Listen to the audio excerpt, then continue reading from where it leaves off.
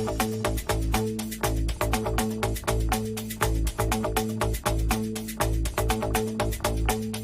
is the North End. This is the North End.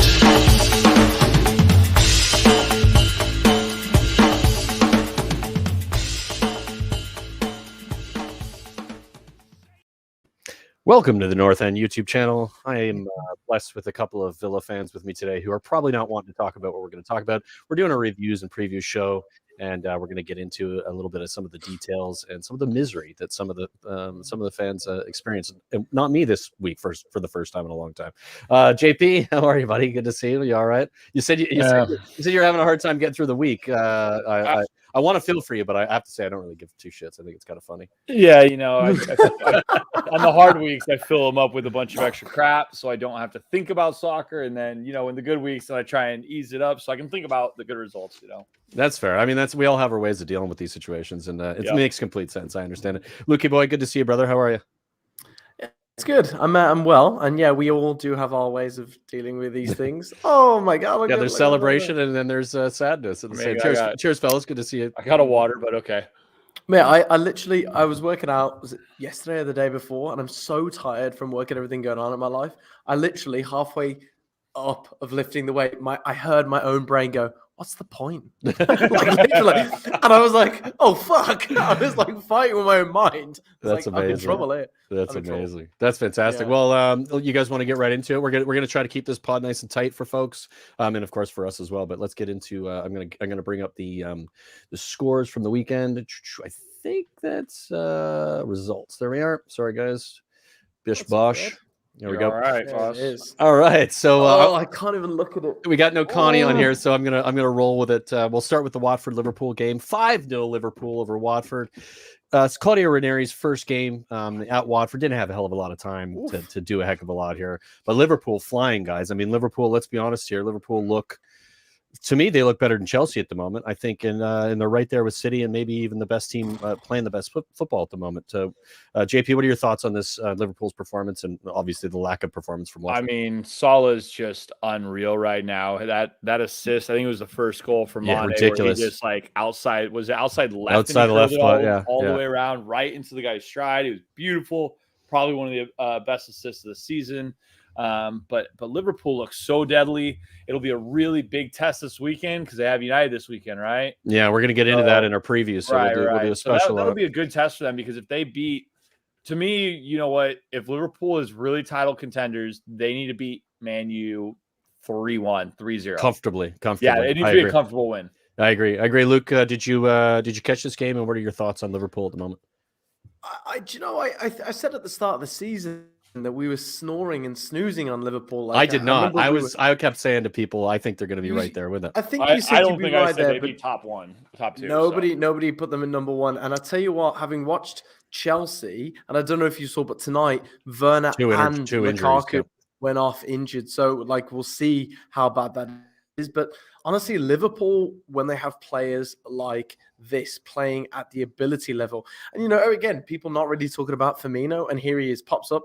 Bags a hat trick. Like he is still quality. We forget this. It's just keeping those players fit. It's the fitness issue, I think, which what we saw last season, Luke. It was, they lose some of their bigger players. The depth of their squad is not the same as City or Chelsea. I think, arguably, right now, because they're so fit, they are going to be as good or better than anybody else they come up against. But it takes 2 or 3 injuries, and boom, they start to come down a little bit, I think, and that will happen. Teams experience that at some point. Unfortunately, the next game is the game that you guys don't want to talk about, but we have to. Wolves come back in the 80th minute from a 2-0 deficit to beat Aston Villa in the 95th minute with a 95th minute goal to beat Aston Villa 3-2. Luke, I'll start with you because JP doesn't look like you can even talk about it right now. Yeah, Luke, you go first, buddy. This was nuts because I was looking. I mean, Villa looked comfortable. I didn't watch the game. I watched the highlights, of course, because there's so many games at the same time. But keeping an eye on it, and I was like, whoa, like, just blown away. Luke, I'll let you stew or say what you will about this game and what happened. Like, what happened exactly? Mate, there's nothing to say. It actually really hurts me. This one is really, really hard to take because obviously local rivalry for one. Yeah. To have a 2-goal lead up until the 82nd minute and to lose 3-2. And what makes this even worse, I was in a bar in Edinburgh because of the way that whatever licensing works here in the UK, which makes no sense. We can't see the 3:00 games. So all the games at 3:00 aren't airable unless you have a stream from abroad. So I had a little stream on my phone and then my phone died. I was like, oh, we're flying. It's okay. And directly behind me, they had BT Sport, and they were doing like the reviews. So the updates, the live soccer updates coming in, and it was muted, but they had one guy watching each game, and all I could see in the bottom right-hand corner, all the other games were highlighted red as if to say they were finished. And then your man reacts, and I'm watching him. I'm like, don't fucking do it. Don't fucking do it. It's 2-2. I'm like, don't fucking do it. And sure enough, it pops up. And I feel sick. And I'm still even thinking about it. Like, and we got into it a little bit. Me, myself, JP, and a couple others that have part of kind of a good Instagram chat, like young villains. And we're just chatting kind of Villa week in, week out. And I got into it. And I'm gonna say it now, and then I'm gonna throw it over to JP. I'm getting really sick of Villa fans, especially unable to actually start criticizing players. We've got to a stage where we say anything bad and everyone goes, oh, but he's trying. Oh, but we're better with him. It's like, no, fuck no. And again, yes, I went on the attack of Tyrone Mings and I went on the attack of one or two other players because they're just not playing good enough. Tyrone Mings is an international England. He's playing regularly for England. He's the captain of our team, and his performances just are not good enough. And he's cost us points. This game, I wouldn't say it was out and out Mings, but as the leader, he needs to be getting those players and getting responsibility, essentially, right? He does, man. Like he's the captain. We concede one, and then when we concede two, it's bad enough to draw that game, but then to go on and lose it. Now, I will say, third goal was a horrendous deflection from the free kick, but it doesn't take away from the fact that we literally fell apart for 13 minutes, and that was it. And it really stings, and I'm really pissed off. So I want us to bounce back, and maybe we can. We've got, I think he's at Arsenal this week, but I don't know, man. We'll see. But I'll let JP have his. Yeah, JP, we'll let you. You don't even have to spend too much time on it if you just don't want to, because we got a lot of games to get through. But if you have anything you want to add, please do. Because I haven't. we chat and it's a bit of venting here, right? Yeah, yeah. Texting and messaging is a whole different thing. Like, hey, I totally believe John McGinn was the best player in the field. That game, he dominated. We dominated the first half. He's so much better this season. Here's the thing: is last year you guys wouldn't critique him when he was playing like dog shit, and I was all over him. Now you're all over Mings, but you won't give the same criticism to McGinn when he struggles. To me, this game wasn't just a Mings. This is actually more of a Konza and a Twanzebe, who both got pulled out of position for their first and second goal. And while Mings, it falls on his shoulders as the captain to try and control a team. When things are going south, that's just how it is, right? They lost the composure. They lost their game plan. The wheels came off in 10 minutes. And we've seen it happen to a whole host of teams. Like, we destroyed Liverpool 7-2 last year. Their wheels came off for 90 minutes, right? And they still went on to have a pretty fine game. And they had Virgil van Dijk in the team. Now, some of it does fall on Mings' shoulders, but he's not to blame for any one of the goals that happened. He's just weight lands on him because he is a captain. And so for me, when fans do this all the time, they try and find somebody. But when you find it's somebody, always a scapegoat, right? It's always right. Somebody's gonna be a scapegoat. And for sure. I'll give him credit. Like, Mings did not play well, but neither did the other two defenders. Neither did certain guys on the field. But it was just a lack of composure, a lack of discipline, a lack of. But did Mings step up like you'd expect a captain to step up? And this is my problem. That's just it. Like, what player on the field would have done that? I feel a couple of them would. I feel that McGinn would have rallied people more. I feel there's one or two players in that team that I think would have. I honestly think Emi Martinez would have fucking screamed at people. But he's on the field, and he had, like, when you're a goalkeeper, you're a captain no matter what you do, right? Like, you might not wear the badge, but you can still take charge. And that ball bounced around in his half. To me, Danny Ings scores a goal, and then they have a corner, and he doesn't track his man who puts the ball back in for the goal. He scored a goal. He messed up for on a sure. goal. For sure, right? Individual errors by the sounds of it. I do think we that can go over this all day. I mean, again, of course, we're talking to a couple of Villa fans who are reeling from it, and so understand we'll give you a bit more time on it. It's a difficult one. It's a difficult one to take, especially since it was a derby, and you guys were comfortable for 80 minutes, and it feels like it's a massive loss of 3 points. I feel for you a little bit. It's happened to Spurs over and over again, so I get it. It's part of our DNA. We definitely Spursied it. You Spursied it for sure. All right, we're getting to the next game. Now, this was a fun one as well. Leicester City smashing Man United 4-2. I think most of us, I wish the United guys were here to talk about it. God, it's curious. It's curious they both, but neither of them are here to have the. It's very convenient. Curious, isn't it? So Leicester. I mean, a good performance from Leicester, probably the best of the season. If we're going to talk about performances from a team, I think. Can we talk about Tielemans' goal? Yes. I was going to get into that. Tielemans' goal was absurd. Like, there's people who are like, when is he going somewhere better? Yeah. We got Cody Mack here with us. Hey, Cody, what's up, brother? Thanks for being here, fella. Cody's a Spurs fan, located in Muskoka. I don't know if I mentioned him before, but he's joining us for the show. Thank you for being here, Cody. But yeah, Leicester. I have to say, Leicester looked really quite good in this game, and relatively comfortable. United really unbalanced. It's the same problems they've had all season. No, that defensive midfield position is it's a mess. They're not going to fix it. But it's more than that for me. And I think actually Ronaldo's become a problem. The way they're playing with Ronaldo in the team, the way their press is almost non-existent. They're really lazy on the ball. They take way too much time to make passes. I don't know if you guys agree, but when I watched them in this game, I was just like, United are never going to win this game. It's what they did in the first half tonight against Atalanta. They came out and fixed it in the second half. But just quick thoughts on that, Luke. What are your thoughts on Leicester smashing United?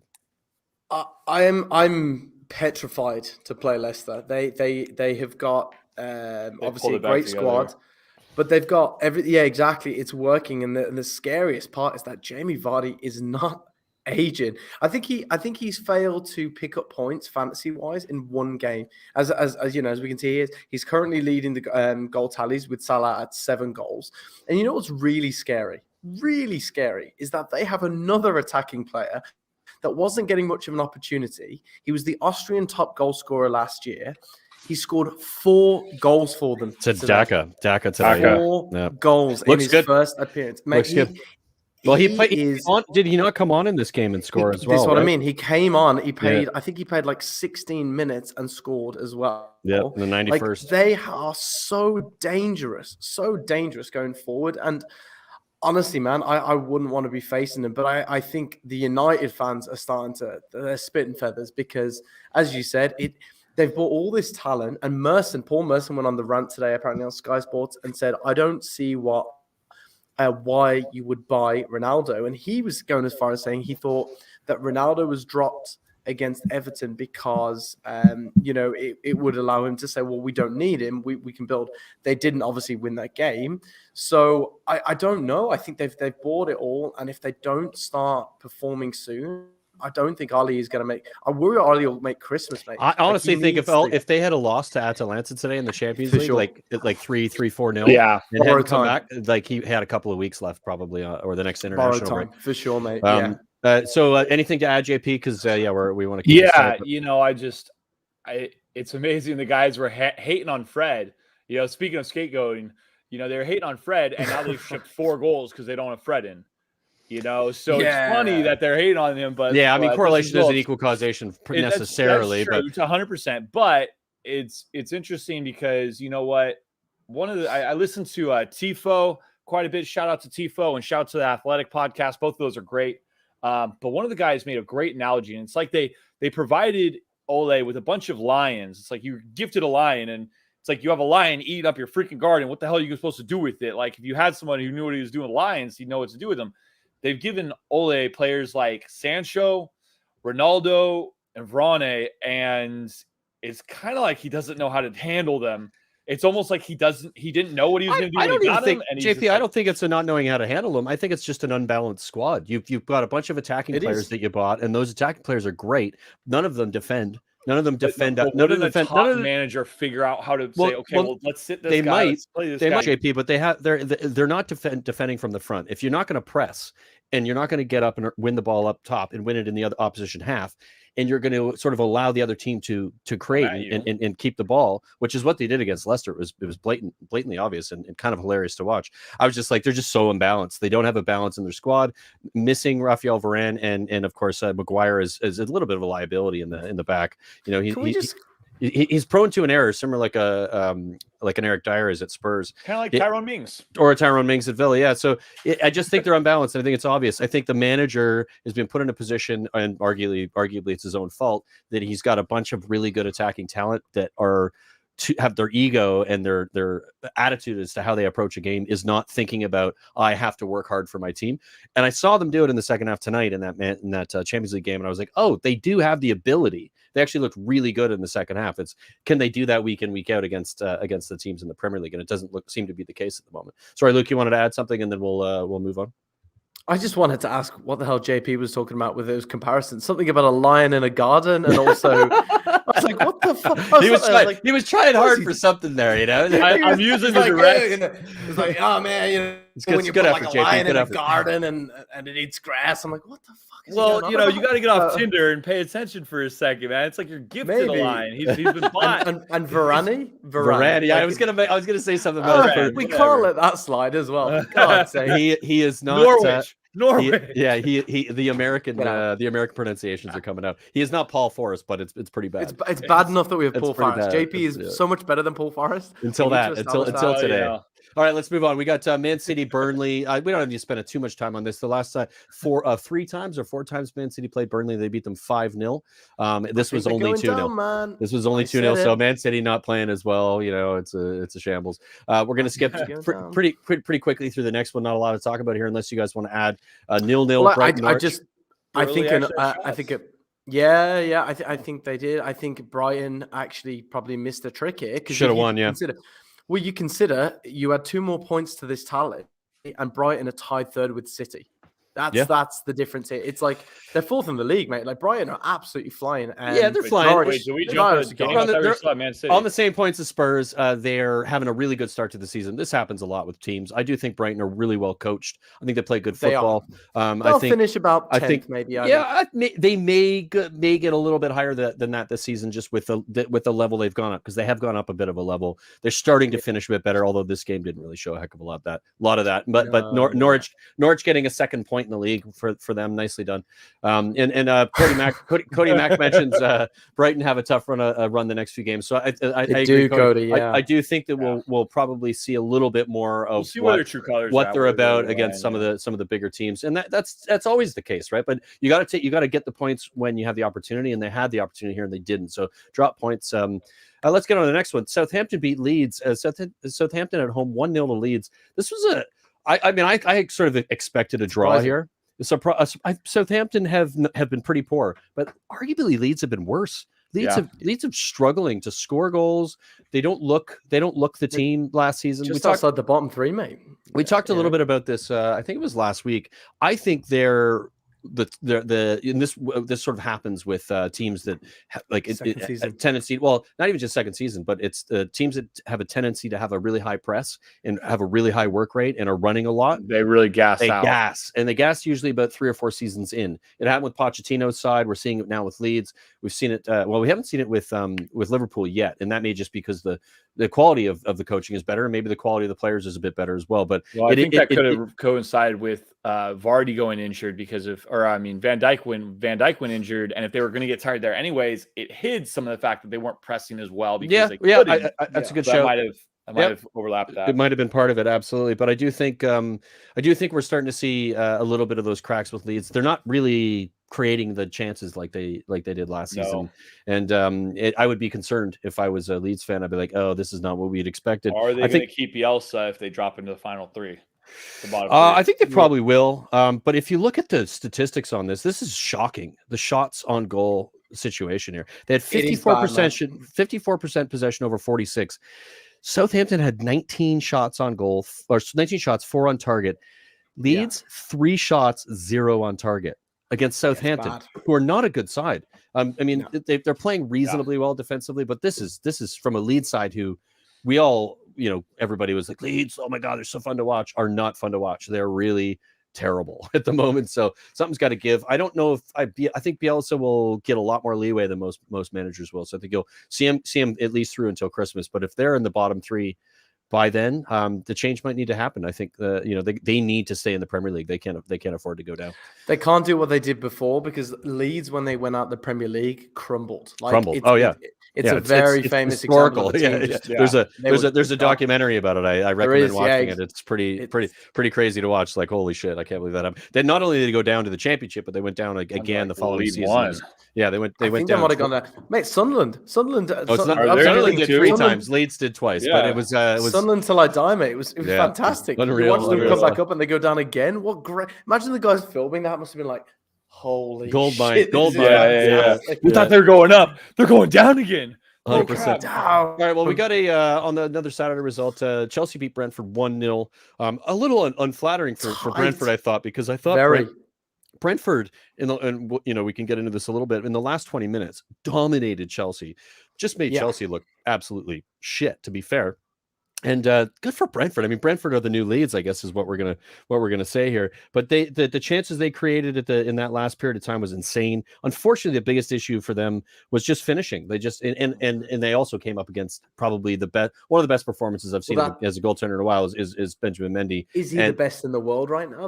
He's in the conversation 100% because it was absurd some of the saves he made. Point blank range like 3 or 4 times. It was incredible. Thoughts on Brentford? JP, what are your thoughts on Brentford this season? Generally, in this result, it's unfortunate for them. I felt like they deserved more.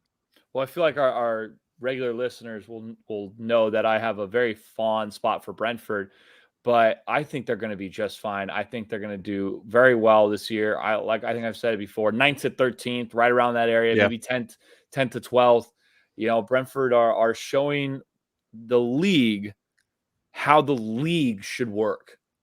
Because they have not spent money. Their wage bill is like a middle of a championship team, and they're performing. So, when we talk about the ESL, we talk about all these greedy 6, and we talk about teams spending $100 million on a player, and we look at Brentford, who are doing just fine, playing great soccer, entertaining their fans, brand new stadium, didn't buy a lot of guys, don't have a huge wage bill. I honestly want, I would love to see their owner walk up to Man U's owners or Man U's chairman and just give them a giant middle finger and say, fuck off with all you spend all this money all the time. Best thing you do right. I need to chime in here a little bit, JP. Before I do, Cody Mack has corrected me, and I want to thank you, Cody, for that, because I did say Benjamin Mendy. I'm not sure why I did. It just came out. It's normally put Benjamin Mendy is not something you want to be confused with at the moment, and you're right. And thank you, Cody. I just said it. That's a lawsuit right there. It happens sometimes. Now on the thought about Brentford here, I love what they're doing. I think their manager's great. I think their crowd is great. I like just that. I think it's just a really nice story. We've seen these stories before, though. This isn't the first time when a team comes up. Totally. We've seen it a lot. We saw it last year. I wouldn't get ahead of myself to think, let's go give the Man United owners the finger. This is how to do it. If they stay up and they continue to do this for 2 seasons, 3 seasons, I think you have a point. I think when a team comes up, they are gassed. They are so pumped to be there. They're going to throw everything they can at it, and that's what we're seeing them doing. And they're really well managed, and they're going to get good results. Now, this wasn't a good result. They still lost 1-0 to arguably one of the favorites to win the league. Not to say that they didn't deserve something from it. I said that at the top of the conversation, but. And I think they will get some points from some of those bigger teams. And I think if they came up against Spurs or Villa, all of us would be a bit worried, like that they're probably potentially going to get points, which is totally, understandable. But let's give it a couple seasons. Right. Let's give it a couple seasons. I love what they're doing. But I love the investment or lack of it. Not like their end result. I'm celebrating their methodology. I'm celebrating it's like Leicester, right? Leicester have done everything right as well. There's other teams that are good examples of it, and I think we should all appreciate those good examples. The inevitability of these billionaires and states taking over is probably the reason why we like this so much, because it's like we don't have to be, we can still enjoy football because these other teams who aren't doing that are still playing and competing in a league where it is owned by people with too much money on their hands, and it's kind of frustrating to deal with. Let's get you guys ready to get on to Sunday. I would just say before we move there, there's 2 things that I'm intrigued by at Chelsea. One is poor old Ben Chilwell has been kind of relegated to like secondary appearances, and every time he comes on, he does the business. Not only does the business, that goal was fucking cracker. That's all he scores, mate. If you look at his last three goals have been insane. Screamers. His left foot is an absolute beauty. The other thing that's interesting now is, we were all raving about Lukaku, and he's a fantastic player. He is really struggling for form right now. He can't got buy injured a goal tonight, right mate. now. Yeah, and he got injured tonight. And we're all writing him straight out, like guaranteed golden boot. He's got 3 goals, right? That's he hasn't scored in 7 games, including tonight in the Champions League. This is not good enough. He's struggling. He is struggling, and it's that shout again about the Premier League being that step up. And it's not like he came from an out Farmers League, but JP, I'll let you take that. I want to jump in because struggling, I feel, is a very strong word for a player who is still helping his team get very positive results, still playing well. He's just not finishing because, let's be honest, are the opportunities really falling to him? Or the system isn't good for him at the moment. Right. Like, he's got his back to goal. This isn't Harry Kane, who looks like he doesn't give a shit. It has 1 goal and just. We're going to get to that because he's actually was pretty good this week. Right. Well, finally. But Harry Kane. I'm all for knocking. Right. Lukaku is still doing the business. He's just not getting the numbers. Yeah, but I don't know if I agree with that completely. I do think that the team is doing the business, and that's good for him because it means that you can sort of ignore. You can kind of ignore that. To not score for 6 games though is a so take this season, JP. He's taken 18 shots and he scored 3 goals. That's pretty low.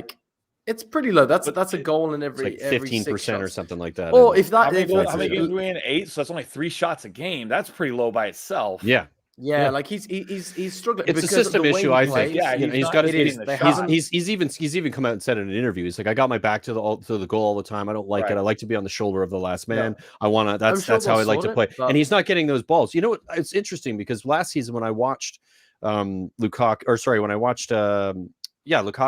playing in the Serie A, when I saw the highlights of what he was doing, it was always almost a through ball. And what Chelsea were doing last season with Werner when he was playing was the through ball, but Werner just kept missing.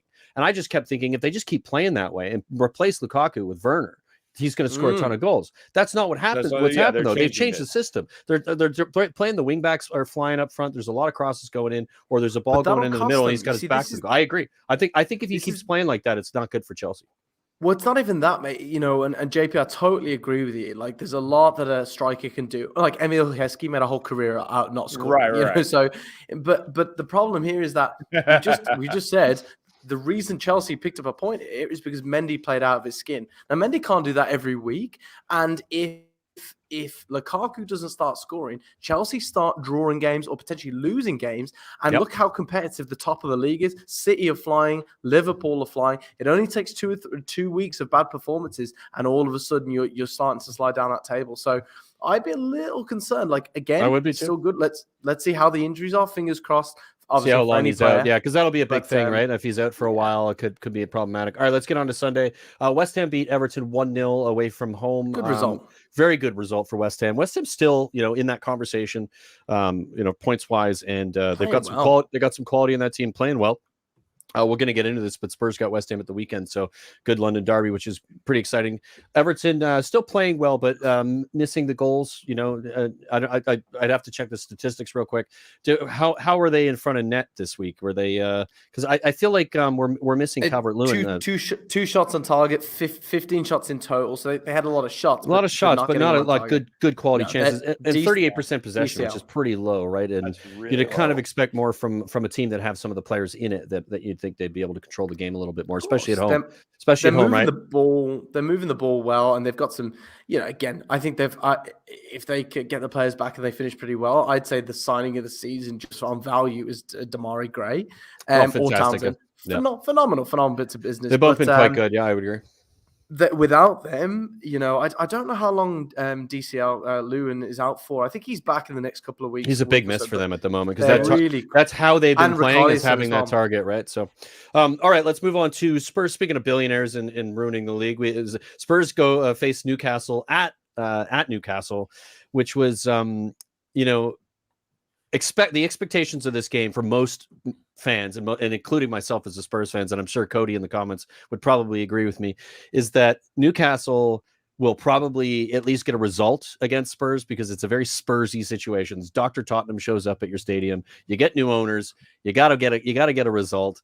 And you're going to come against a Spurs team that hasn't, it's been pretty inconsistent. The duck gives you the points. Yeah. It starts out and it certainly looks like this is going to be the case because Newcastle came out flying with 2 minutes. Wonderful goal, to be fair to them. Really, really good. I was like, that's probably the best thing they'll do all season, unless the new manager comes in. And just a note as well as they've sacked the manager. Steve Bruce today. Yeah, Steve Bruce is gone as of today. So that's just an We're added note. Right, mutual consent. So he was told after your 1,000th game, you've done enough for us. It's time to go. I think you mutually need to fuck off. I think exactly. Kind of mutual consent there. The scoreline of this does not represent the domination of Spurs in this game, and I'm just from my perspective because I want to give it Spurs played, and I know it's Newcastle, so I'm not going to get overly excited, but Spurs played really well. Cody and I argued about this for like a couple hours on WhatsApp afterwards, and like going back and forth about how we felt about the result of the game. I want to hear Cody's side. So, Cody thinks that, and I'll let him speak for himself if he wants in the comments, and we'll post them. But I just think that Spurs look more balanced than we've looked at a long time when it came to the shape. So we played a 4-2-3-1. That's been the game. That's what we played against you guys against Villa. We were able to beat a pretty good Villa side in that game. And then Cody says, "Don't get me started in the second half." Yeah, we'll get to that a little bit. It was 3-1, and so my point was Spurs are comfortable controlling the game, a lot of possession. I think for periods of time, 80% possession and solid possession, good possession. Now, of course, possession without finishing isn't necessarily as great, but we were 3-1 up. It was comfortable. The second goal was just a brain fart from Eric Dyer, which we all expect. But otherwise, Tottenham were very comfortable and looked more balanced than we've looked in a long time. Tangion Dembele, played 96 minutes. It's the best performance in a Spurs shirt he's had. Looks like he can actually play a full game and play at the highest level. Scored a goal. Just really, really ran that midfield. Played higher up the pitch. Was playing as a 10 as well. So I was really happy with the result. Of course, the numbers don't necessarily help. Cody's point was, and if he wants to add it in the comments, he's welcome to. But his point was that in the second half, we probably should have done more to just finish them off, blow them out, make it 5-1, 5-2, whatever the game. Of course, whatever it would have turned out to be, which I can understand that, but we weren't really in a scenario where we should have been worried. They created fuck all. So what did you guys? One shot on target. Yeah, one shot on target, which is that's nothing.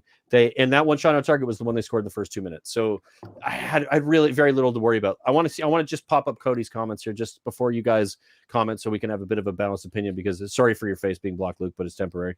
The reason we can't pass games out like 3-1 and like we tried to is because we have mistakes waiting to happen at the back. Ask the panel: is it good under any circumstances to go without a shot on goal in the second half? I would definitely say it's not good to go if you're playing Newcastle and you go a whole half without having a shot on goal. You have a big question to ask. Secondly, you beat Newcastle 3-2. Like that's like when Norwich Arsenal beat Norwich 1-0. Everyone's like, Arsenal's back. It's like, it's Norwich, guys. Chill. You gave up 2 goals to Newcastle. Norwich. Yeah, and that's fair. So my response to Cody, and I would love to know both of you guys' thoughts as well. My response to Cody is that a shot on goal doesn't mean chances weren't created. I think you got to look at both of those statistics and also the possession of the ball in the opposition half and how much you're controlling the game. At 3-1, it's comfortable. They had one shot on goal and it was in the first 2 minutes and scored and did nothing else after that. Nothing. So yes, I get it. I understand we should have done more, but you also manage a game. You go, okay, we're like dominating this game. No, but I actually think Cody's right. And I have to say, I would say you're kind of wrong there, Brian. That's fair. For me, you're allowed to only because of the quality going forward that you have. The Hurricanes, the Sunmins. We hit the post. We had like Lucas 4 attempted shots on, so it wasn't like the chances weren't created. That's my point. They just didn't go in the net.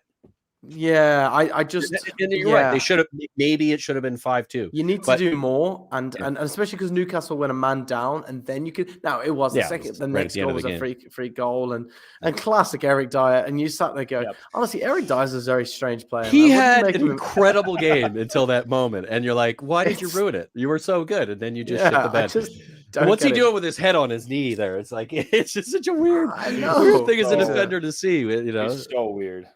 Cody adds, we did better than despite the scoreline. Only Spurs could get up 2 goals from one shot.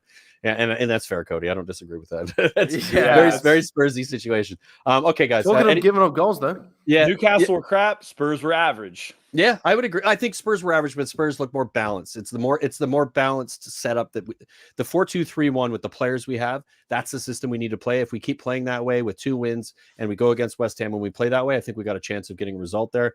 I think that Nuno's starting to figure that out, especially since everybody's pretty healthy at this point. But we will see. We got West Ham and then United, and those 2 games will tell us where we're really at. Because I think I'm not going overboard here. I just like to watch a balanced team look like they were comfortable and score some goals. And of course, Harry Kane getting off the mark, which we haven't mentioned yet. First goal, first assist. Sonny getting another goal. It looked way more interested. Looked way more like he was on. He was in the game.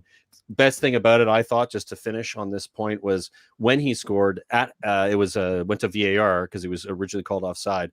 He was at the half, and then the goal was given, and the entire Spurs team got around him and supported him. And from a Spurs perspective, it's okay. They're all together. Aww. Yeah, it's nice though. That's what you want to see, right? Because especially with what happened. Thank you for getting back up your price. He just he just looked disinterested for so long. It was like nice to see that they all are together. Anyway, that's for me. I enjoyed that. We had a Monday night game with Arsenal Crystal Palace.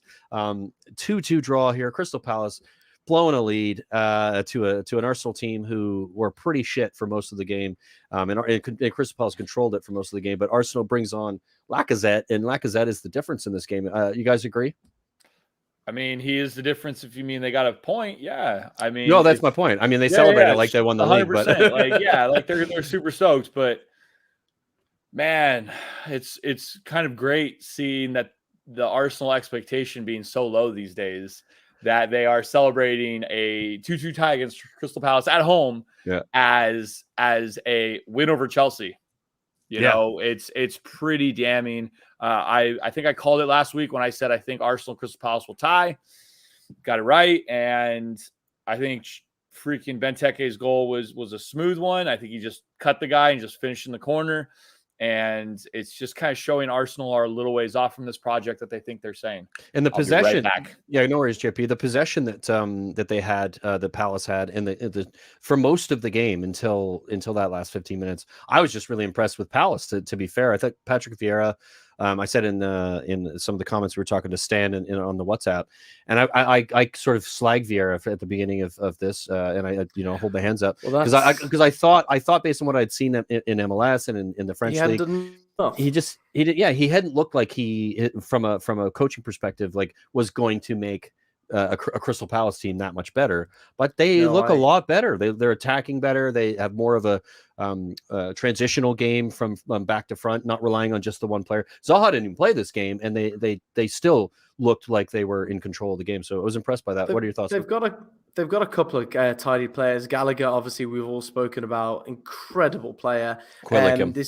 This Edouard they've signed it looks wonderful goal. The second there was really nice. Absolutely, and I'll put my hands up just like yourself, Bri. I agree with you. I wrote off Vieira. Stan, obviously our Crystal Palace man, obviously wrote off Vieira, but Stan writes off every week. They equalised, and Stan was like, "Fucking hell, boys, we play that every week. Go down again." He's so miserable. He's so miserable. It's actually hilarious, I have to say, because Canada, he finds a beautiful wife. He's got a little dog. Fucking things are good. Cheer the fuck up, Stan.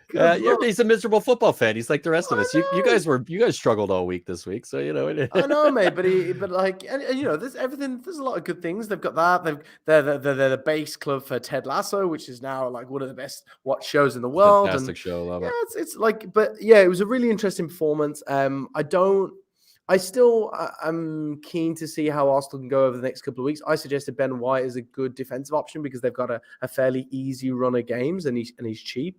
But I like this Arsenal team. I think they need a bit of time. They still can't work out their lineup, but you had to feel for Vieira because they didn't do enough. And listen, Arsenal are playing Villa this week, and apparently Saka went off injured.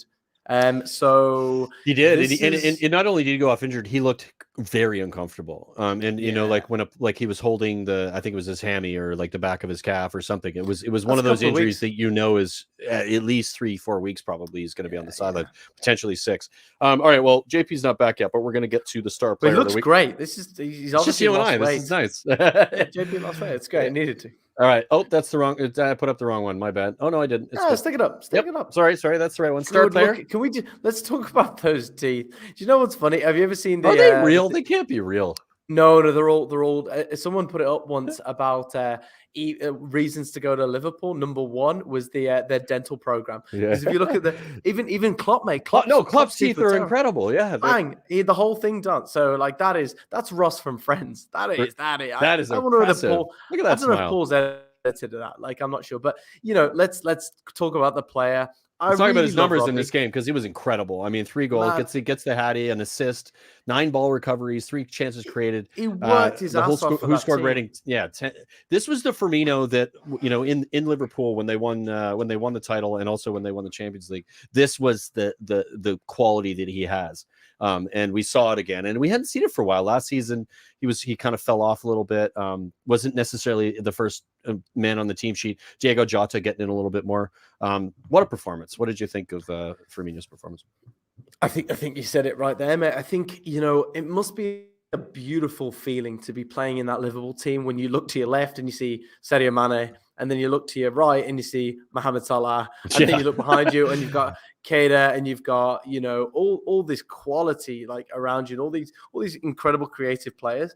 And the best thing about Firmino is he is a great positional player. He knows as a striker where he needs to be. Yeah, Robbie's just a man for that. And I tell you what, like Jota had that unbelievable, because remember Jota was only going to be a bit player, let's be honest, and then he went on that mad run. He just kept scoring goals every time he came on, so you're like, all right, well, I'm going to play him. And now he's had the chance because Firmino's been injured and he hasn't really done it like the other guys have shined. So now it's not that hard to drop him and bring Firmino back in. And honestly, this is the Firmino that we know and love. And honestly, mate, I don't love him. I just think I thought it was good. No, I love him. I love his attitude. I love how he plays. He does play with that beautiful smile happy, on his face. He plays happy, and he's got that happiness. And when a player plays with enjoyment, they're fun to watch, and they're very good to be around for the team morale. And you see when one scores, the bond that him, Mane, and Salah have, they're always on top of each other, celebrating. Well done, congratulating each other. There's no weird greed where you've seen Mbappe kicking off now at PSG, and they've had that greed before, but that greed is like with intention. There's competition there to say like, I am going to score more goals than you, but I'm going to love doing it with you, which I think is like that's what you want, right? I mean, that can go a little too far at times where somebody may end up being a little too selfish and missing a sitter. But it's Liverpool recently. They don't have the issue of scoring goals. That's what they do. They're just flying right now. I thought Chelsea were gonna be much better than they were this season. And I'm now like regretting not putting Liverpool a little bit higher. I put them in the third, but it's what we talked about earlier. It'll come down to fitness. JP's not going to make it back in time to talk to her about Roberto.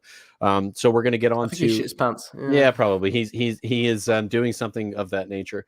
So let's get into the previews. You and I can start talking about the games in the previews, and when he joins us, he can join us. Preview. That's the one there. There's some interesting games this week.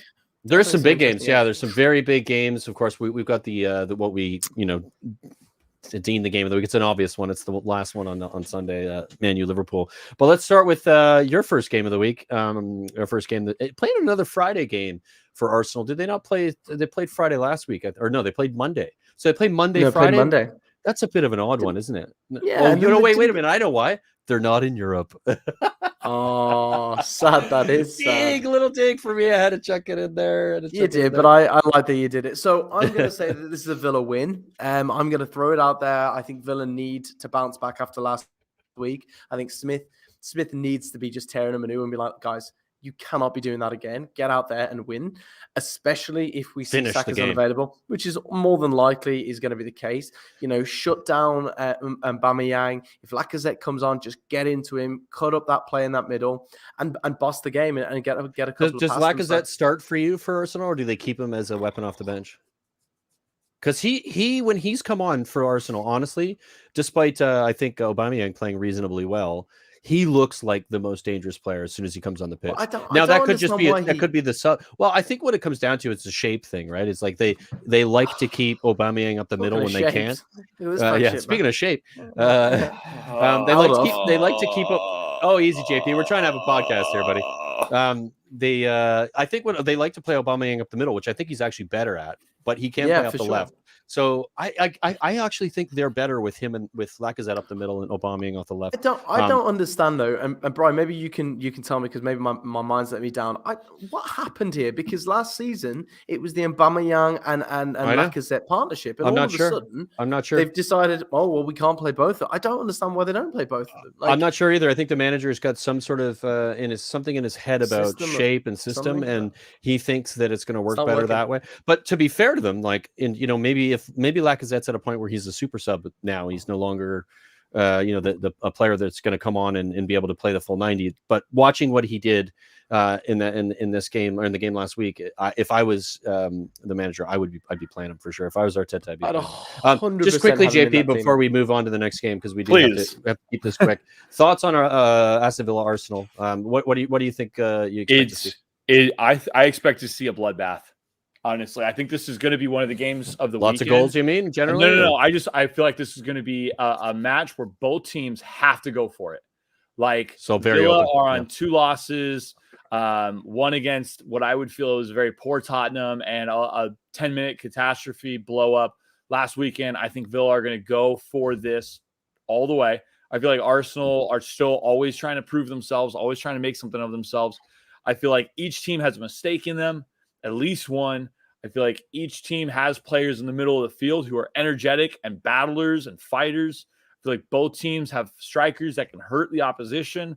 I mean, I could see a 2-2 draw. I could see a 3-2 game. I could see this, like, flip a coin, man. This one's gonna be a slugfest. I can't wait. Be a bit of a barn burner. I'm looking forward to it. Yeah, I'm looking forward to it. All right, let's get into Saturday. Chelsea, Norwich. I don't need to spend a heck of a lot of time on this. The early game at 7:30 our time. Chelsea are going to smash them. It's like even without a striker, I think Chelsea win this pretty. Norwich, yeah. You just okay. There you go, just ignore the W. All right, and we've done the match. Let's go. All right, yeah, that's all we have to say really. Crystal Palace, Newcastle. This will be Newcastle's first game. I think it'd probably be all right, but I think Palace should win this comfortably. Yeah. I think Newcastle, especially with, I think Palace have been playing. We just talking about they're playing good football. They're controlling games. Newcastle are crap. They're so crap. Let's just be honest about it. And they don't have a manager at this point. They've got an interim manager. Is that manager going to change the way they play until they get a new manager? Probably not. You might try to do a couple tinkery things, which could backfire completely. So I don't think. Can we just talk about real quickly? And I don't want to spend too long. I'm so thankful for Newcastle because they signed Joelinton for 40 million. So even though Wesley doesn't look like it's going to work out for Villa, we only spent 22 million. Do you know how many goals? I'm going to ask you both. Do you know how many goals, without looking up, Joelinton has scored in 2 seasons for Newcastle? I'm going to take a nice guess for 4. 3 goals. He scored 6 goals, 2, and then he doubled his tally to 4 the next year. 6 goals in 2 seasons at 40 million. Shambles, utter shambles. Yeah, what a mistake! What a shambles. So yeah, I think a Palace win here likely for myself. I can't see anything else. So, yeah. All right. Next game we got Everton Watford. Everton coming off a loss, obviously 1-0 in the previous game. Watford with the new manager, maybe a bit more time for Watford and Ranieri to get his ideas across here. But there'll be goals in this game. There should be goals, but do you see? I mean, anything other than an Everton win? Part of me kind of wants to go for the Watford win, but I don't think that's reasonable. I could see a draw here. I really could because Everton. Yeah, well, we've said that Everton not ticking at the moment. I can see that chances exactly, and they are threatening, but Townsend can't score worldies every week, and Gray isn't as decisive as he needs to be. Watford, don't forget, have Ismail Sarr, and when he starts burning players, he is a threat. And they've got the guy in the middle, is it Dennis, and like he's a decent striker. So Watford aren't without a couple of quality players here or there, so I don't know. I could see a draw here. Yeah, JP, what are your thoughts? I'm not as optimistic for Watford as Luke is. I think Everton have more than enough to do away with Watford. I think it could be a very simple 2-0 game. Like we all know Sarr is lethal, but Everton actually has like an all right defense when it plays well. I think they lost to West Ham because those are kind of the games they do lose. They lose to teams that are kind of around them. And they play well, but they usually lose to better teams. But Everton do the business when it comes to the bottom 5 or bottom 6 teams. I see them beating Watford. I don't think Watford are very good. I think they're very one-dimensional. And I just don't see Everton. I mean, anybody can lose a game in the EPL apparently, even in 10 minutes. But we're going to get to you guys. But I think Everton should have enough to finish. I think if you look at this game, it does come down to whether Ranieri can get his ideas across quick enough to make Watford at least defensive enough to manage the game. That's going to what it's. I like it. It's a week and a half essentially. It's probably not enough. So Everton probably win this. Leeds against Wolves. Now Wolves coming off a really good performance against an Aston Villa side, in the last 10 minutes at least. Stop laughing. I can't help it. I got two of you guys in front of me. You guys take the piss of the Spurs all the time. I never do. I very rarely say it. It's okay. I think JP just did, so I'm not gonna hold back. Leeds Wolves. What do you guys think? I think for me, quickly, Leeds comfortable. Lose comfortably to Wolves 2-0, maybe 3-0. I don't see Leeds are struggling for goals at the moment. I mean, Wolves they're not creating. Score a lot except against Villa, obviously, but they just scored 3 against you. Yeah, well, one game though, right? And they scored 2 before that. Yeah, they're only goals. Just getting their strikers back. They are not the Nuno. They are not the Nuno 1-0 team. I'll concede. I'll take that back. You guys are right. Yeah, I just think Leeds are struggling, but it is Leeds at home, and maybe the home crowd. I can't call that one. I really. It's a weird one, don't isn't know. it? I'd say a Wolves win, maybe 1-0, 2-1. Leeds are always leaky at the back. Yeah, there'll be goals. All right, the most boring game of the week, Southampton Burnley. Yeah, there's not much to talk about. Southampton will win this. I think Burnley will win it. I think Burnley will win 1-0. It'll be awful, but it'll be all right. 1-1. God, I hope not. I'm so again, not a lot to talk about there. This game, I'm really excited to see how Brighton play against Manchester City, because Brighton play a really solid possession game. They create a ton of chances. They keep the ball really well. Arguably, they're like style-wise similar to Man City, except they don't have the quality of players or the quality of finishers at the top of the pitch. This is gonna be a fun one to watch. What do you think, JP? Man City, Brighton. I mean, I think Man City are going to win, but I'm excited to see how they match up with the style of play. I'm really interested to see who wins the midfield battle here. I could see Man City having like 55% possession, but it being all around their box. Like, I don't feel like they'll be able to get the ball into their midfield or their strikers as well as they normally do. And when Brighton do Man City have a striker? I didn't realize that was. Well, I mean, they do. He's like a 17-year-old, right? What's his last name? He just got a goal in the Champions League. Yeah, no, I know, but I mean, like, don't really play with him in the Premier League, do they? It's a false 9 every game. I mean, strikers and wide players. Yeah. Can we just talk about how Pep Guardiola is just fucking with everyone who is a fantasy player? Because I never pick Man City players ever. Last week, I'm like, listen, you know what? They've got a decent run. It's a fairly easy game. I think I said KDB. I suggested, which I think KDB is always still going to be. Won't put him in my team. And he's well. I think you should be looking at him now. He's expensive, but he's flying. I got Mo Salah and I got Harry Kane now on my team this week. I'm very excited. I mentioned Jack Grealish because he hasn't dropped him all season. I fucking dropped him, doesn't he? And it's just like, you're sick. You're sick, and you play Bernardo. It's because he has the players to do it. Every time I pick Man City players in my fantasy team, I always get screwed. So you always want to pick up Man City defenders. On that note, tune into Luke's fantasy show that he's going to be doing in the next couple of days before the weekend. Right? Get it tomorrow. Coming in hot. There it is. Fresh is on. Fantastic stuff. So we move on to Sunday. We got Brentford Leicester. I think this one's going to be a cracking game. I'm looking forward to this one. Game of the week, boys. I'd have to go Man U Liverpool, but I'd say this is a close second. Actually, the Sunday, all 3 games is going to be a good Sunday of Premier League football. Really good Premier League football. Not bad at all. Starting with Leicester, Brentford. Unfortunately, I won't get to watch it live. I'll have to watch it afterwards because it's the same time as the West Ham Spurs game. But Brentford Leicester, the way Leicester played against United, you're like, Leicester should win this game. But the way they played all season, Brentford should have a chance, especially at home, because they've got good results there. I think it's apparently it's like hell on earth. Yeah. Should be a cracking game. A 2-2 draw, 3-3 draw. I mean, I feel like goals in it. Anything. I can't call this one. I literally could see Brentford sneaking it 2-1, 2-2, 2-3-2. But I could see Leicester getting. It could go anyway, right? Leicester get the win. It could go anyway. It could go anyway. If Brentford play the way they did against Chelsea with that kind of energy, with that kind of intensity, I think they will make Leicester really uncomfortable. But if Leicester play like they did remotely close to what they did against United, I think they'll make Brentford. They'll expose Brentford's defense. So it's yeah. There's lots there. There's lots there. It's very exciting. Let's move on. We got West Ham United versus Tottenham Hotspur. I'm going to let you guys talk first. What do you think, JP, of West Ham Spurs? It is a London derby. It is their cup game. This is the one that they're up for the most almost every season. So, what are your thoughts? And then, if you're saying that, I'm going to take West Ham over Spurs because I just don't think Spurs are. Go! I just don't think Spurs have.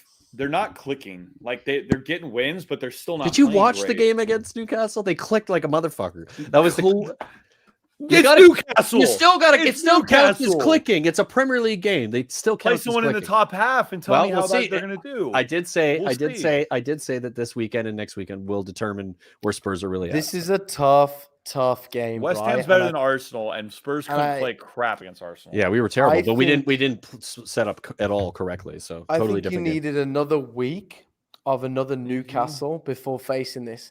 To do this off the back of that, decent performance is still a lot to ask because you are still shaky. Another week, I would have bet more on Spurs here. The problem with West Ham is they are just, mate, they're absolute animals. They have such bruises in that team. Antonio is throwing himself around up front. And then you look at the back, you've got Souček, who's an absolute animal. Fornells likes to put himself around. Like Souček's injured, I think. Is he injured? I don't know. I just took him out of my fantasy team because he's injured. I'm pretty sure. I know he busted his face, but I thought he was back. No, you're thinking of Söyüncü. You're right. Yeah.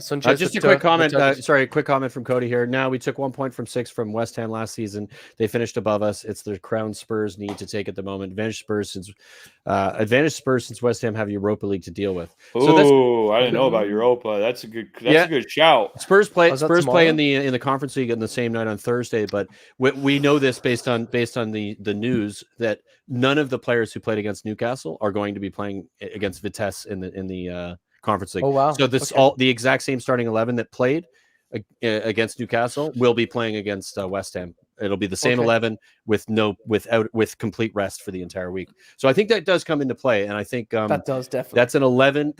And I don't think that West Ham can afford to do that. I don't think they have the depth of squad to rest. They'll rest some players, of course, in the Europa League. I'm not sure who they're up against, but I think Spurs do have the advantage in this game because of that. And I do think the last two results, because you can't just take Newcastle. You guys do remember we beat your lot 2-1 of the game previous to that. Yeah, there is an improvement in the Spurs squad, and there is a better shape, and we're playing better football. I think this is going to be really close. I actually think probably a draw is likely, like a 1-1 or a 2-2. I could see. I'm still going to favor West Ham, but it's going to be a really tight game. I think West Ham will actually still play a lot of guys. I could see David Moyes like sitting like 5 or 6 of them, and then bringing them back. I can see an Antonio goal.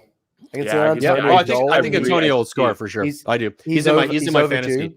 He's in my fantasy, so I need him for that. But I still want to. I think Antonio scores. Kane gets a brace 2-1 Spurs, and my fantasy sorted, and my Spurs life is sorted at the same time. Kane gets it once, and Kane will shy away. All right, lads. Well, let's get to what I guess we're considering to be the game of the week. We've got a So now it'll be a snooze fest. Yeah, probably. This game, it's kind of one of those things, right? This kind of happens a lot where it's like it's supposed to be incredible, and there's all these statistics that they come up like what we're looking at right here. And so, we got a league position of 6th versus 2nd, wins very quickly. Can we just have a big shout out? As much as he rips me when I'm not here, big shout out to Paul Forrest. For the work he does. He's done. Paul does the work. On guys. This is what we're talking about. People doing work. This is what it means to do work. Paul, he's listening. Hey, look, I wasn't for you. No. I'm just saying, motherfucker. You stepped up, David Convery.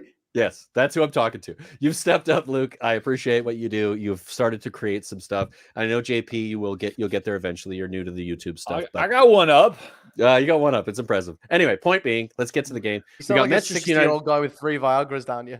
Versus Liverpool. I got one. We got 6 versus 2nd. We got 4 wins versus 5. 2 losses versus 3, 2 draws versus 1. The XG is 13.52 for Man U. XG for Liverpool is 20.54. XGA, which is expected goals. Against. What is the? That's against. Yeah. I don't think so. 11.1 to 8. We'll have to ask Paulie on that. He put some stats together and isn't here. Yeah, we don't even know what we're talking about. Of course, there's some guys. Well done. There's some key players in both of these squads that are, of course, going to make a difference. Bruno Fernandes, Mason Greenwood, who's been in really good form, scored again tonight. He's playing good football. Salah on 7 goals. Salah doing what Salah does. Best player, arguably, and I think it's hard to argue. Period. Salah is the best player in the world at the moment. Just on fire. He's very, very good. Sporting bet is 3.0 to 2.25. So Liverpool the favorites. Liverpool the favorites. And the last time they played 4-2 Liverpool. Fernando. I think that means supposed to be Fernandez. And Rashford scored 2 goals, and then Jota, Firmino ×2 again. So scored twice against him. It just comes off a hat trick, and Salah with 1. This is going to be a hopefully a fun game. The last time they played it was 4-2, so it wasn't a snooze fest. It wasn't boring. Guys, I'm excited. These are the games this is Premier League football. These are the top of the top teams. It should be fun. It should be super entertaining game. Hopefully it pans out that way. JP, what do you think you're going to see against Liverpool versus Man U? I think I'm going to see a Man U team that tries to play slow, who look a little lethargic, who want to be in it, but maybe don't have the discipline or the team identity. And I feel like Liverpool are just going to just show them what it means to look like a team, to everybody be on the same exact page. It's a really good show. I'm saying 3-1 Liverpool. I just can't wait to see Salah do one of his crazy new runs where he stops still in the 6-yard box, dribbles 2 guys, and then did you notice he changed it too, JP? Like he was like, "Oh, I'm not going to do the same version of it, but I'm going to do the same thing." Yeah, it's not the same thing, but it's damn near kind of the same thing. It's in the same spot in the box. And stop a guy, then cut him. Tell me, I triple captained him last week in my fantasy team. He basically made sure that I didn't fall down the table because of 38 points or some shit. Yeah, that's a very good use. Can you guys tell me the last time that United beat Liverpool in the league? I'm going to say 2010. No. JP, are you high? That's crazy. It's California, but no, I'm not. It's probably I would say 2019, 2018, probably. 2018, mate. They've not beaten since the 10th of March 2018. Definitely did. And then you had there's been some draws. Then you had a 3-1, a 0-0, a 1-1, a 2-0, a draw, and a 4-2. It's been a lot of draws. I worry that with all the goals that they're both scoring, and all of a sudden, I have a horrible feeling with these games that we hype up that they won't live up, and this could bore out a 0-0 or a 1-0. I hope not. The fact that United look shaky at the back right now, Varane is injured. I think that's a big loss. But then, and Paul, nice to hear from you. United look exclusively. Yeah, it's great to have you in the comments. Why aren't you on the podcast? Yeah, exactly. I'll leave him alone. It's good enough to have him. I know. I'm just playing. I think this is where you start to see Ronaldo. He's a big game player. He leads by example. One game-winning goal against exactly. So if they were to have any chance, they need him. They need Pogba. They need. Do you know who they need? United really need Maguire to shake off the last couple of weeks and just be absolutely dominating in the air, dominating at the back, getting into. Remember that United are probably one of the best in their wing-back defensive positions. Luke Shaw and Wan-Bissaka are fantastic tacklers of the ball. And when you've got most of your creativity for Liverpool coming from those wide options, that's an interesting matchup. So if I agree. That'll be interesting to watch how they manage that situation, because that is what Liverpool do. They do fly up the wings and they get a lot of crosses in. They've been doing that for a number of seasons. For me, I just think Liverpool, the way they're playing right now, I don't think United have a chance. I don't either. I think they're going to smash them. I think it's going to be comfortable for Liverpool. I'm 3-1, maybe 4-1. I really think Liverpool are going to score. I do. I honestly do. Maybe a little lower based on what I saw from what Man U did in the Champions League today, because I do think they did show some actual guts and showed that they can play on the front foot, can be really energized, and can come back from a 2-0 deficit and put a game in. comparing that to Atalanta to Liverpool, though, I mean, this is a Liverpool side who are literally just flying at the moment, and I think they smash them. I think it's 3-1, 4-1 for me. I'm JP? say 3-1. 3-1 Liverpool, Salah with at least one goal, and I think United fans will be ripping their hair out. Yeah, I agree. And I think there'll be the sack Ollie will come out again. You know, I'm sure after tonight's result, it was like at halftime they were sack Ollie, and then at the end of the game, Ollie's at the wheel. You know, it's sort of it just goes back and forth to that. But yeah, I'm looking forward to the game. I think it'll be fun. It's a good Sunday game. I love a good Sunday game like this. This is the one you sort of you eat lunch, you bust out the pints, and you have a few wobbly pops and enjoy some football. Do you know, I was trying to work out my incessant need to have a little break in between this amount of work I'm doing, and I think I just decided. I think Sunday. All three games are going to be great. So which one do you watch first in the early game? Well, I think I'm going to chuck into probably all three of them. But I do miss. This is the one thing I miss most about Canada is the time difference for the games, because JP it's unbearable. They're stupid early. Terrible. But with the 5-hour time difference, those 9, 10 o'clock man, starts, I love morning games, mate. Morning games for me are like my favorite. But 7 a.m.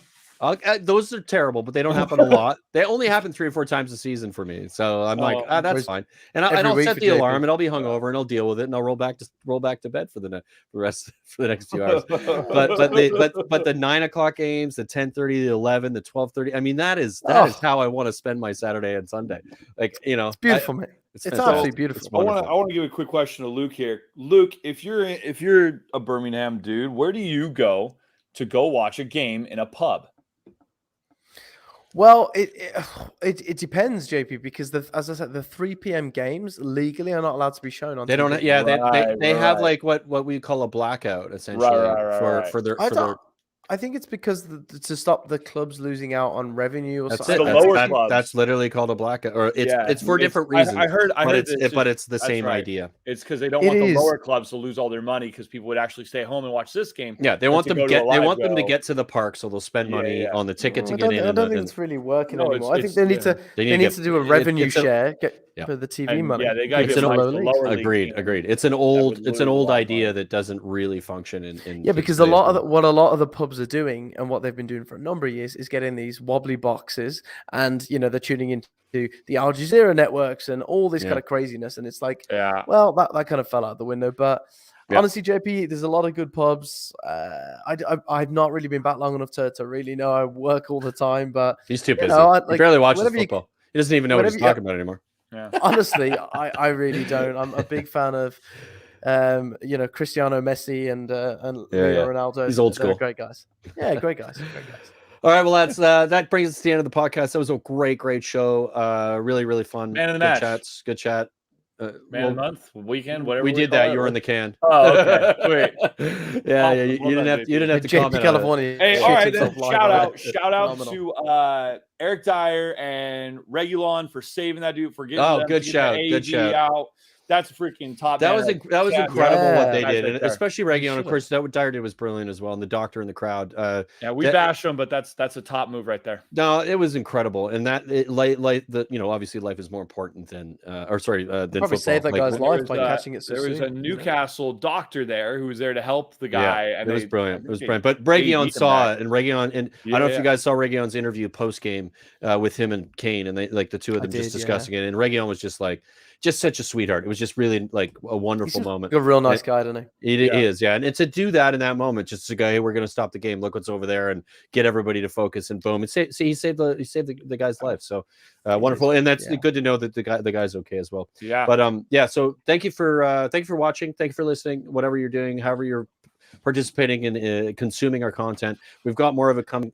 Connolly's got more fantasy stuff, so focus on that. Keep an eye out. It'll probably be going live tomorrow. There's some big changes I'm going to be suggesting. It's good stuff because I've been paying attention to it, Luke, and I have to tell you, I am the highest I've ever been in fantasy. I'm currently 9th. I've never been in the top 10. I'm only about 20 points below Paul, and that's that. Paul is like, he's the man. He's always very high up. He doesn't win a lot, but he's very close to winning. He is always up there. Yeah. And that is just in fantasy. It's really hard to win. You often have to get a bit lucky here and there to do it. But it's a lot of fun, and great stuff you're doing, and looking forward to it. JP is going to be bringing some content as well in the near future. Yep. We are going to make sure, or we're going to kick him off the show. And that's how we roll here at the North End Podcast. So again, thanks for wishing. I want to thank Cody, who was in the comments as well. Cody joining us. Good to see Cody. Thanks for joining us, brother. A few other folks there. Thanks for watching. And Paul, who couldn't actually be Paul couldn't be here, but was here at the same time. It's how it's But great graphics. Great graphics. Great guy. This is the new Paul. Anyway, thanks for listening. Thanks for watching. We'll see you soon. Cheers. Bye. Peace. Bye.